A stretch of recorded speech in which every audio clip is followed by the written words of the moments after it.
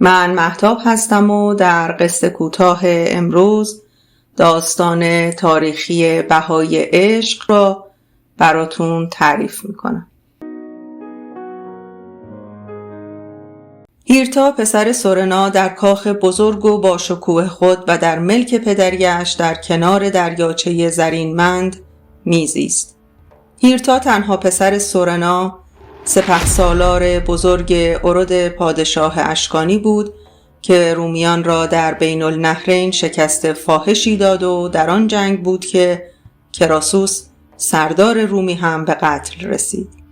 چند سالی بود که زن اولش مرده بود و چون از او فرزندی نداشت، در سالهای اخیر با دختر جوان 21 ساله‌ای که اتفاقاً در یک دهکده‌ای با او آشنا شده بود عروسی کرد. هیرتا هنگامی که از شکار برمیگشت نزدیک دهکده به ماندانا برخورد. ماندانا کوزه آب بزرگی بر دوش گرفته و از چشمه به خانه می برد. از وی آب خواست، نامش را پرسید و همان شب او را از پدرش خواستگاری کرد و روز بعد ماندانا را به قصر خود آورد. ماندانا دختری زیبا و بلند قد و خوش‌اندام بود، با چشمانی درشت و سیاه، گیسوانی بلند و صدایی دلکش و اندامی خواستنی. هیرتا بیشتر اوقات خود را به سرکشی املاک دوردست خود و شکار می گذرانید و کمتر به دلخوشی ماندانای جوان و زیبا می پرداخت. روزها و هفته‌های اول به ماندانا بد نگذشت، ولی پس از چند ماه زندگی برای ماندانا دوزخی شد و کاخ بزرگ با شکوه هیرتا برای او زندانی بود. هیرتا جوان نبود و بیش از 2 برابر سن ماندانا سن داشت.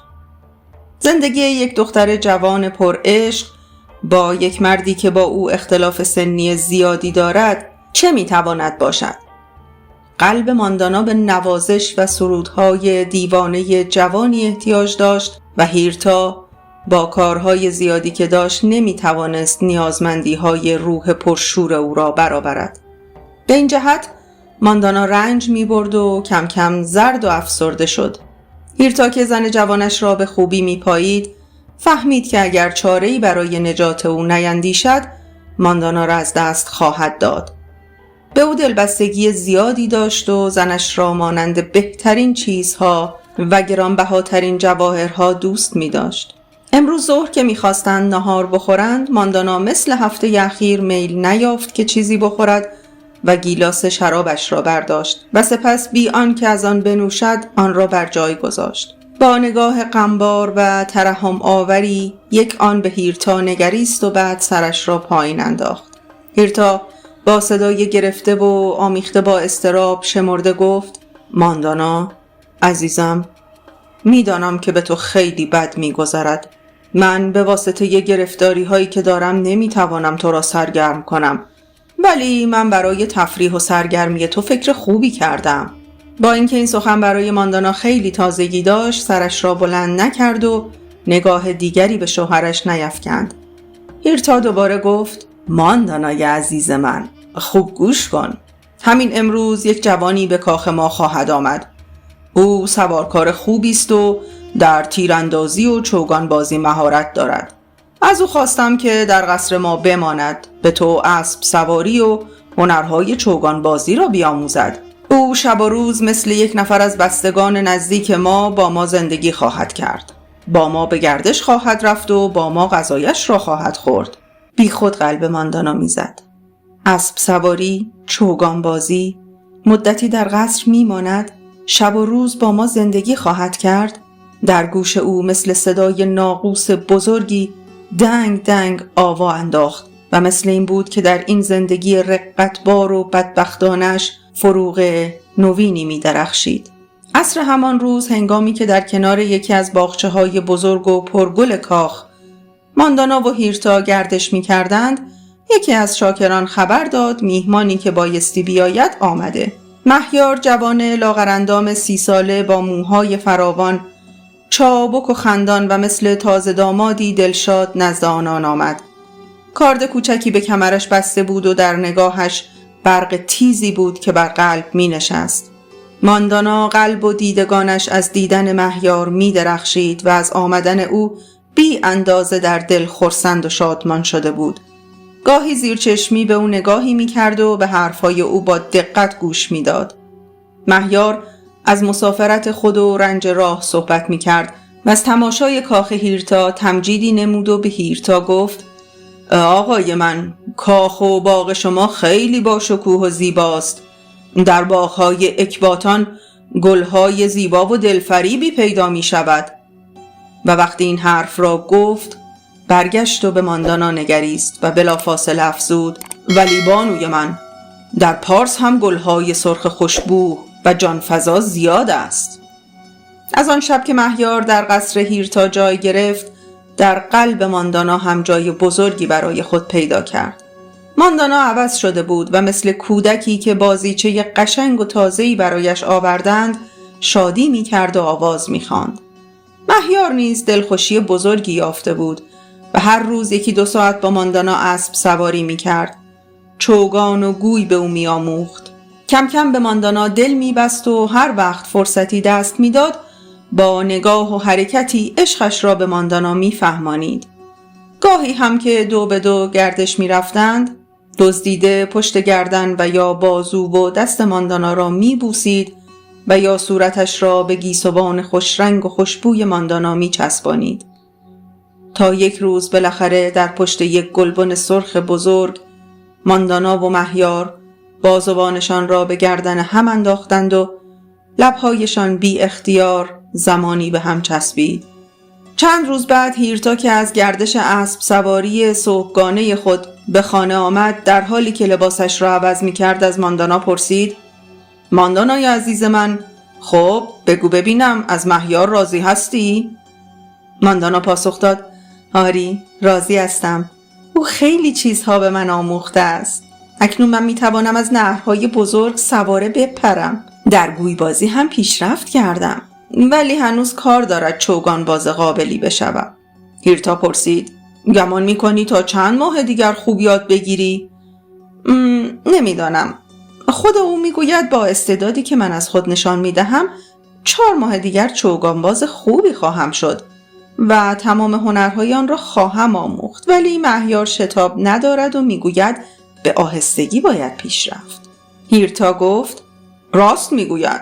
بهتر از همه چیز را به آهستگی یاد بگیری. سپس اندکی خاموش شده ولی ناگهان پرسید: خب ماندانا، حالا راست بگو، او را چقدر دوست داری؟ آیا مهیار را بیشتر دوست داری یا مرا؟ قلب ماندانا ناگهان فرو ریخت، ولی خودش را گم نکرد و گفت: هیرتا تو شوهر من یا آقای من هستی. او فقط سوارکار خوبی است. هیرتا به ماندانا نزدیک شده دستهایش را در دست گرفت، نوازش کرد و بوسید. ماندانا، من به تو اجازه می دهم که با او خوش باشی. گردش بروی، بازی کنی. من یقین دارم که هیچ وقت به خودت اجازه نخواهی داد که کاری برخلاف شرافت من انجام بدهی. از آن روز ماندانا آزادی بیشتری داشت که با مهیار خوش باشد. به او بیشتر بوسه می داد و از او بوسه بیشتری می گرفت و یا هر زمانی که در چمنزار و علفزارهای دوردست می رفتند با او در میان سبزه ها بیشتر می غلتید. ولی هر وقت که دست مهیار گستاخ می شد ماندانا از دست او می گریخت. چه ساعتهای شیرینی که با او می گذرانید، اما نمی گذاشت کاری که شرافت هیرتا را لکه‌دار سازد وقوع یابد. مهیار سخت دیوانه عشق ماندانا شده بود و تشنه بیتاب وصال. تا یک روز بالاخره به ماندانا گفت: ماندانای شیرین من، بگو بدانم کی از آن من خواهی شد؟ چرا دلدارت را اینقدر اذیت می کنی؟ مگر تو مرا دوست نداری؟ ماندانا جواب داد: چرا مهیار من، تو را بی حد دوست دارم، ولی تو نمیدانی چه اشکال بزرگی در کار من است. بدبختانه من حالا نمیتوانم خودم را به تو بدهم، اما قلب و روحم مال توست. مهیار ناله‌ای کشید و پرسید: پس کی ماندانای من؟ تو نگذار که من انقدر بسوزم. مهیار صورتش را به سینه او فشار داد و گفت: به هر قیمت که باشد ماندانا، به هر قیمتی که میخواهد تمام شود، من حاضرم جانم را نثار تو کنم که از آن من بشوی. سپس ماندانا یک زمان خاموش شد، دیدگانش را بست و آرام مثل اینکه در خواب حرف میزند گفت: باشد مهیار، باشد. هفته دیگر هر روز که هیرتا به سرکشی رفت، من مال تو خواهم شد. 12 روز بعد هیرتا به سرکشی رفت. آن روز مهیار و ماندانا هر دو بسیار شاد بودند. پیش از ظهر بعد از چوگان بازی سواره تاختند و در یک سبززاری در کمرکش کوه از اسب پیاده شدند و جای آرام و زیبایی روی علفهای نرم و سبز نشستند. ماندانا با چشمان پر از نوازش و مهیار با دیدگانی پر از آتش خیره به هم نگریستند. سخن نمی گفتند، ولی بوسه ها و نوازش ها بهترین واژه و بیان کننده احساسات آنها بود. زمانی همانجا روی سبزه ها ماندند. آن روز و روزهای دیگر به آنها بی اندازه خوش گذشت. چه ساعتهای شیرینی که بر آنها می گذشت. ماندانا به مهیار سپرده بود هنگامی که با هم ناهار یا شام می خورند در نگاه ها و حرکات خود دقت کند و کاری نکند که کوچکترین شکی در دل هیرتا پیدا شود. ولی دلدادگان هرچه بیشتر دقت کنند، چشمهای بیگانگان چیزی را که باید ببیند می‌بیند و شوهرانی که زنانشان را می‌پایند بهتر از هر کس اول کسی هستند که به بی‌وفایی زنشان پی می‌برند. هیرتا چند روز بعد از اینکه از سرکشی املاکش برگشت فهمیده بود که ماندانا برخلاف پیمان عهدش را شکسته. به روی او نیاورد و همین 1-2 روز بایستی انتقامش را می گرفت. امشب که ماندانا سر میز شام رفت جای مهیار خالی بود. صبح او را دیده بود و بعد از ظهر هم با هم اسب سواری کرده و گوشه دنجی در آغوش او لذت عشق را چشیده بود. ولی بعد از اینکه از اسب سواری برگشتند و مهیار اسبها را با خود برد تا کنون او را ندیده. چون ماندانا به جای خالی مهیار می نگریست و نگران شده بود، هیرتا به او گفت: تشویش نداشته باش عزیزم، من او را به همین ده نزدیک فرستادم که یک کره اسب سفیدی را که به من تقدیم شده است بیاورد. گمان می کنم فردا بعد از ظهر اینجا نزد ما باشد. ماندانا به غذا خوردن مشغول شد. به یادش افتاد که در میان سبزه ها زمانی در آغوش مهیار خفته بود. برای اینکه لذت خود را پنهان کند گیلاس شرابش را تا ته نوشید. هیرتا دوباره در گیلاس او شراب ریخت. خدمتگزاران خوراک آوردند و جلوی هیرتا و بانو ماندانا گذاشتند. جام شراب به ماندانا اشتها داده بود و با لذتی فراوان بشقابش را تمام کرد. 1-2 دقیقه بعد سیبش را پوست کنده و میخورد. هیرتا از او پرسید: ماندانا، از خوراکی که خوردی خیلی خوشت آمد؟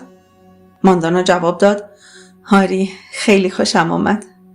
هیرتا پرسید: میدانی این خوراک از چه درست شده بود؟ ماندانا گفت: نمیدانم. سپس هیرتا آرام گفت: این جگر مهیار بود. جگر او بود که خوردی. سیب و کارد از دست ماندانا افتاد. رنگش پرید. تمام اندامش سرد شد. ناگهان فریاد وحشتناکی کشیده از جای برخاست. مثل دیوانه‌ای جیغ می کشید. دوید و خودش را از پنجره به باغ پرت کرد.